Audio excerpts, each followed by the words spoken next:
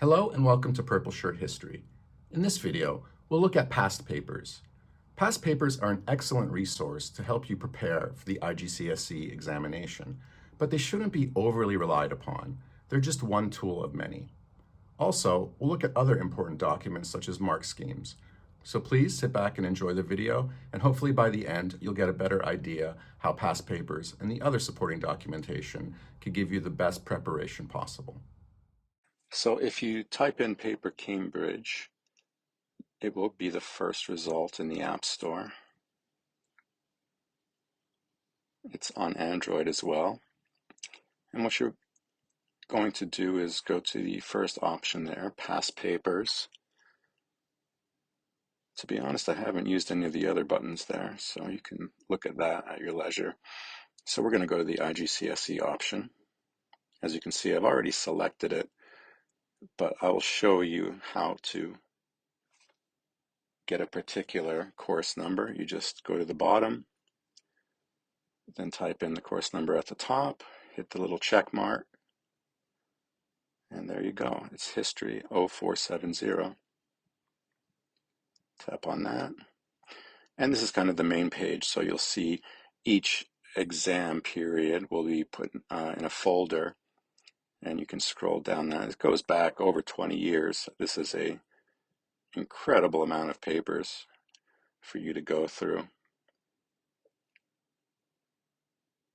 Keep on scrolling, and it's usually down to the last exam. So in this particular instance, it was May, June 2023 as of this recording, which is just a few months after that. There's some hearts there on the side. I decided to tap one and it disappeared, so I'm not an expert on favoriting a particular exam series, but let's open one up.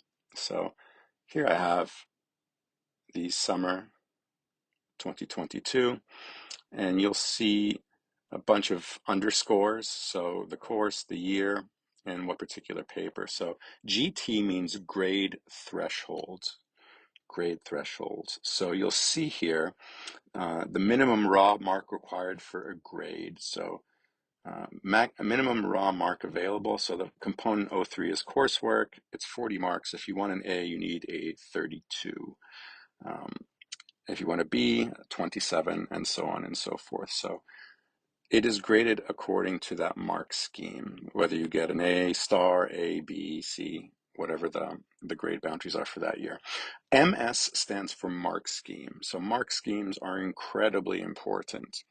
Before you answer any questions, you need to look at the mark scheme first because it tells you exactly how to answer the question, what is required to hit a certain level to get those higher marks. Generic marking principles, there's not too much here that I'm going to talk about. I just want everyone to know that it is positive marking. So if you look at marking principle number 3, to be awarded positively, you can't get marks taken away from you. When I was in high school, it was negative marking. You started with 100 and they took marks away from you. Whereas here, it's you gain marks. You get up to the full marks. So here is a mark scheme for an A question and a B question. So the A questions are 4 marks, and it'll give you some particular details. So this content is for option A, but just to give you an idea of what's going on here, it'll give you examples of what would get a mark. So 1 mark for each relevant point, additional mark for supporting detail. So you can have a point and a piece of evidence, and that would get you 2 marks. You can have 4 points, you can have point, evidence, and so on and so forth. The part B is 2 P.E.E.L paragraphs, and the part C is the highest question in terms of marks, and it'll give you 5 different levels. The full marker is a 10. Level 5 explains with an evaluation of how far, explanation of both sides. You need to show balance. Level 3 is a one-sided explanation, or both sides 5 to 6 marks. And then down to level 2 is a much lower grade. So just identifying or describing points, not really explaining things properly. So P.E.E. paragraphs. You need 4 of those, 2 on the pro side, 2 on the con side, and a how far conclusion. So that is the mark scheme for the A, for the B, and for the C. Very critical that you know this. This really tells you what you need to do. And this is a good revision resource.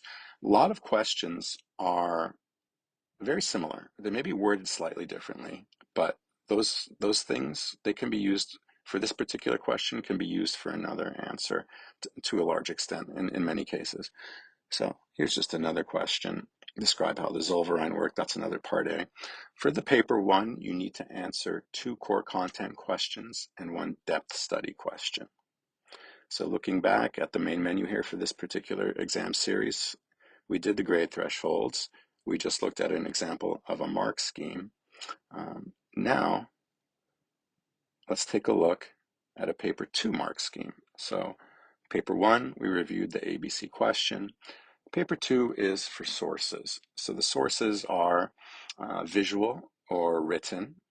Again, looking at the generic marking principles, we're talking about positive marking.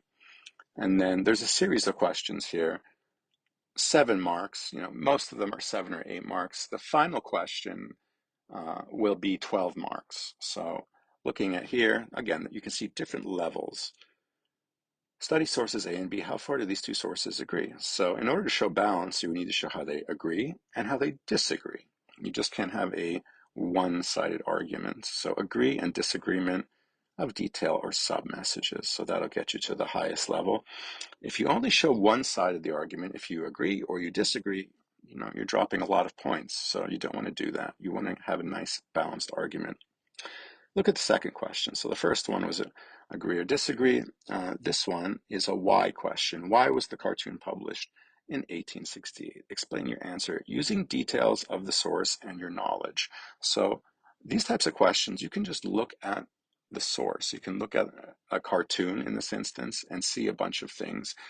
Describe the cartoon and then explain why the artist included that in the cartoon. And you should be able to score highly. Again, level 7, 6, 5, 4, 3, 2, 1. Look at those different levels and see what is required. Context, greater context. So the cartoonist message, the author's message, is very important to include in these types of questions. So always remember the person that created that particular source. Case in point, question 4, study source F. What is the cartoonist's message? Every student listening to this should write as their first sentence, the cartoonist's message is. All right, that's your starter. That's your starter sentence to answer that particular question. The cartoonist message is, and then continue on. Okay, that is how I want my students to begin those types of message questions. And then to get the full marks, you need to include that cartoonist point of view. The 5th question, surprising. Again, to show balance, you need to show why it's surprising. Why is it not surprising? Level 7 compares the sources and uses other sources or contextual knowledge to explain why not surprised. Okay. Going on down, we see and or. And means you did both. And means you looked at it from both sides, where or means you just missed something. You were looking at it from only one aspect. So this is the last question. So notice on marks on the right-hand side, it says 12 marks. Study all the sources. So this particular mark scheme for paper 2 is very useful because we see agree and disagree. We see some sources can both agree and disagree. A, B, C, D, and H both agree and disagree. That's a lot of sources for this particular question. So we see how this works. It could be on one side, the other side, or both sides.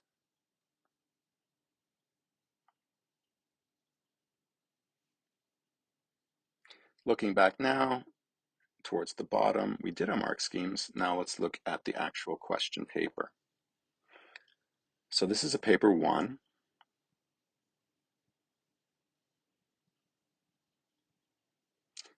2 hours. So this is 2 hours to answer 3 questions. We already looked at the mark schemes. We already looked at the A, B, and C, and the answers were given.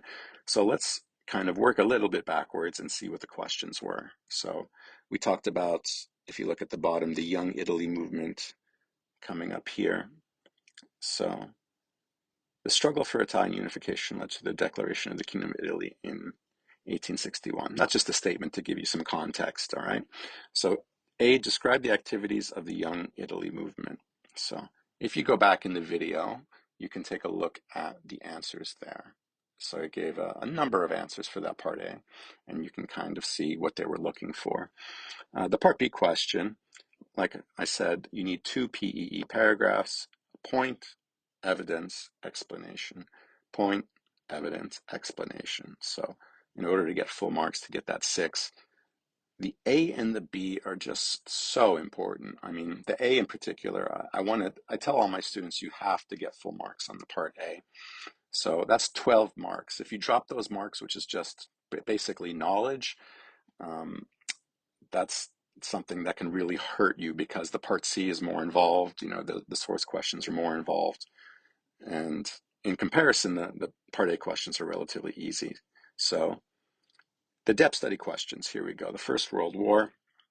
So you've answered 2 questions from the core content. And now you're going to have to choose one question from the depth study, okay? So this is the depth study I'm currently doing, depth study B, Germany, 1918 to 1945.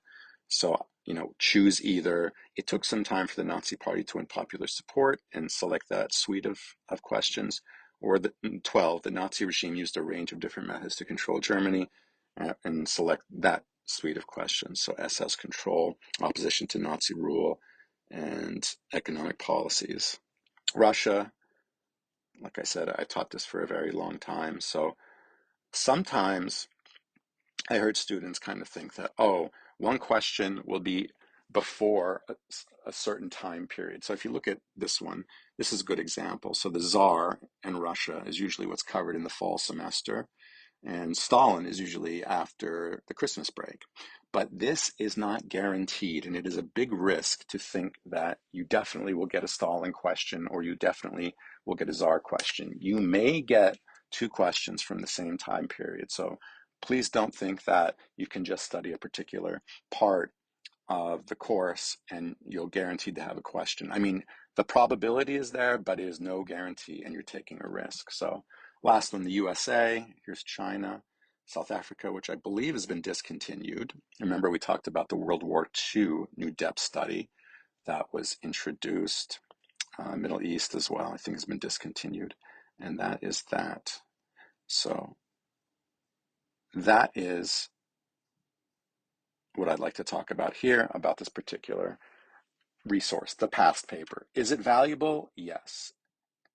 Is it everything? No.